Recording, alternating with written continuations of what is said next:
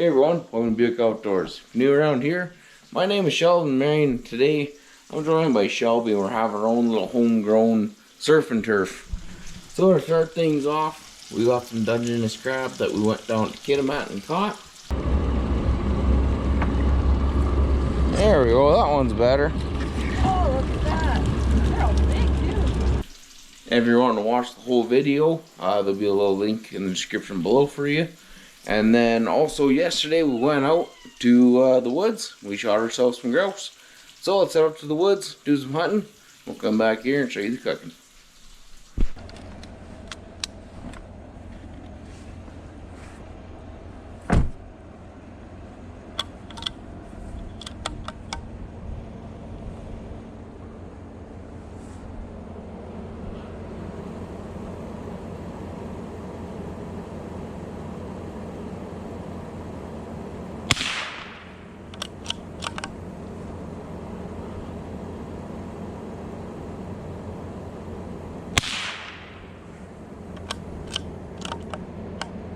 Shooting through all this grass.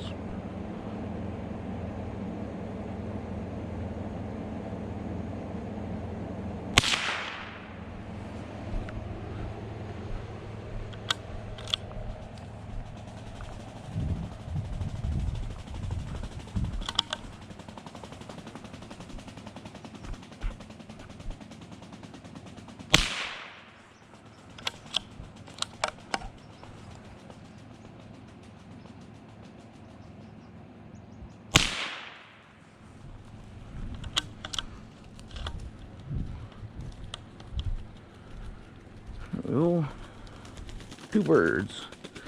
Took a bunch of bullets. There's the other one there. You can move. We don't need more than two.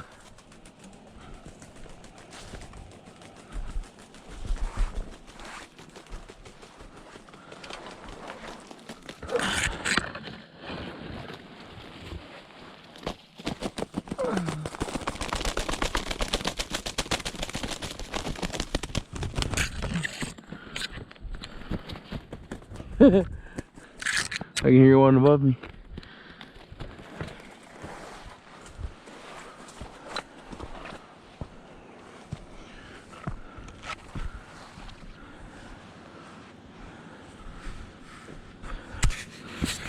Alrighty. Two grouse. I'm gonna clean them up real quick. Because Rocky boy, I think Rocky needs the chicken heart.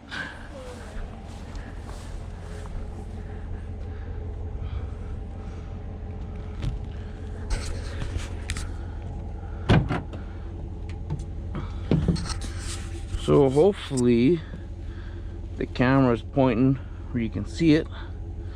Basically what I do, grab them here between the legs, hold that down,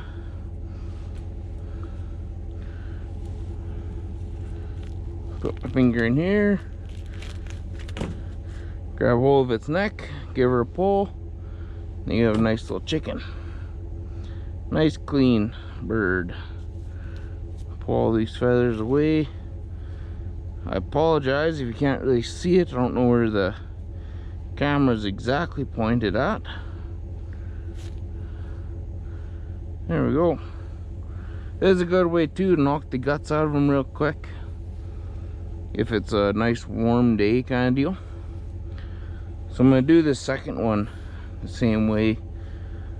And then I have a cooler here with me. It's actually full of food, mushrooms that we've been picking. And I'm just going to set this in here. And because, so the way a cooler works, you know, it's an insulator.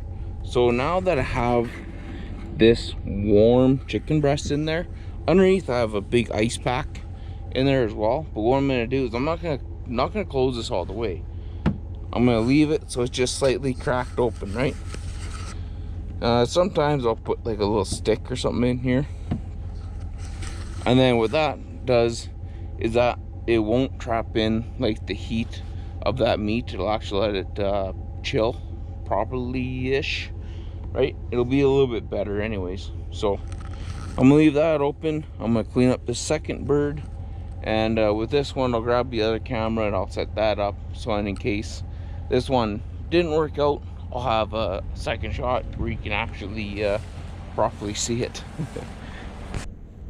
Alrighty, so I just shot a couple of nice little ruffed grouse, and because it's a bit of a warm day, I'm going to go ahead and clean these before we continue on. Basically grab them by their feet here, and I go on the inside, so like right here, but it's kind of down below. It's kind of belly button type area, and you can feel where the end of the breast is. It comes to a little point like this, and right where that point is, I go just above it right here. You can feel that loose skin kind of go in underneath, and basically I grab it, pull it straight down. That exposes the breast meat and everything.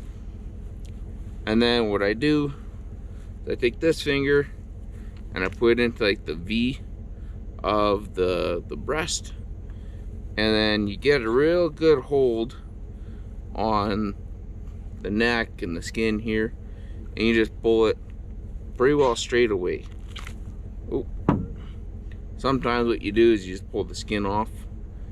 If that's the case, I put my finger in there and I go on one side of the rib cage or the other, and then don't want to show that, YouTube might not like it, but essentially what happens is you pull everything out and you have this beautiful, nice, clean bird, and you are good to go. Now what I'm gonna do, I have my cooler here with an ice pack. It's all loaded down with a bunch of food for the day too, and because this chicken is still warm, I'm gonna put it inside the cooler with the lid still cracked, about whatever it is. I pretty well take the lid, I just kind of drop it, and wherever it sits there, it allows just a little bit of airflow through there, because a cooler is an insulator. So if you have warm meat that you put into a cooler, even though the cooler is technically cold with that ice pack in there, the warm meat won't exactly chill off that much.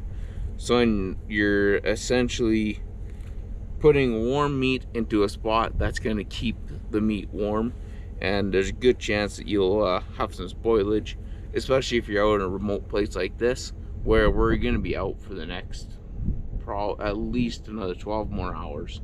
So anyways, I'm gonna get my chicken, throw them into my cooler, give the dogs a couple of hearts, and then we're gonna continue on down the road, see if we can get another one. Oh, you ready for your chicken heart? There you go, buddy. Texas, there you go, my friend. Hey, my boys. Hey, first chickens of the year. You excited? You happy? Ready to go get another one? So Shelby has going here, we have our Dungeness crab cooking up. Basically throwing it into a little bit of pot of water, letting it steam for about 10 minutes or so. And with the ruffed grouse, she basically just doing a small little shallow fry. So we just dusted it up with a little bit of seasoning and all that good stuff. Put a little bit of oil in there, heat it up, and yeah, cook it for a few minutes. Pretty straightforward and simple. And yeah, this is gonna be just a fabulous little meal. Alright, check out this spread that we got going on here. We got some ruffed grouse, some peas and carrots, and then we got this crab and a couple more, and it's gonna be pretty darn good. So yeah, without further ado, I think I'm gonna start cracking into this crab and give her a go. Shelby over there, she's a monster. And she likes butter with hers. But typically I don't really like butter. Once in a while it's okay, but for the most part, Dungeness crab, especially fresh like this, it doesn't need it. Alright, let's crack into this thing. Bust open the knuckles.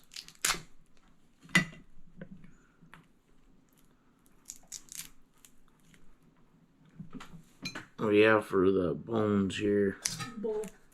Or the shell, I should say.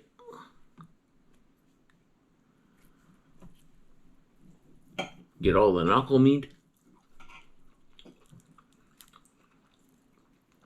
Oh yeah. This crab is only a couple weeks old. We just got back from Kitimat. Went down there fishing. If you guys want to see that video, like I said, there's a little link in the description below for you. We caught a bunch of crab, some salmon, a bunch of stuff on anchor. Those videos are coming out here over the next month, I guess. But yeah, now we're into the hunting season, so hopefully there's a bunch more chicken hunting videos coming up here soon for you guys, so you can enjoy all of them. And yeah, if you guys want to stay kind of up to date on what we're doing,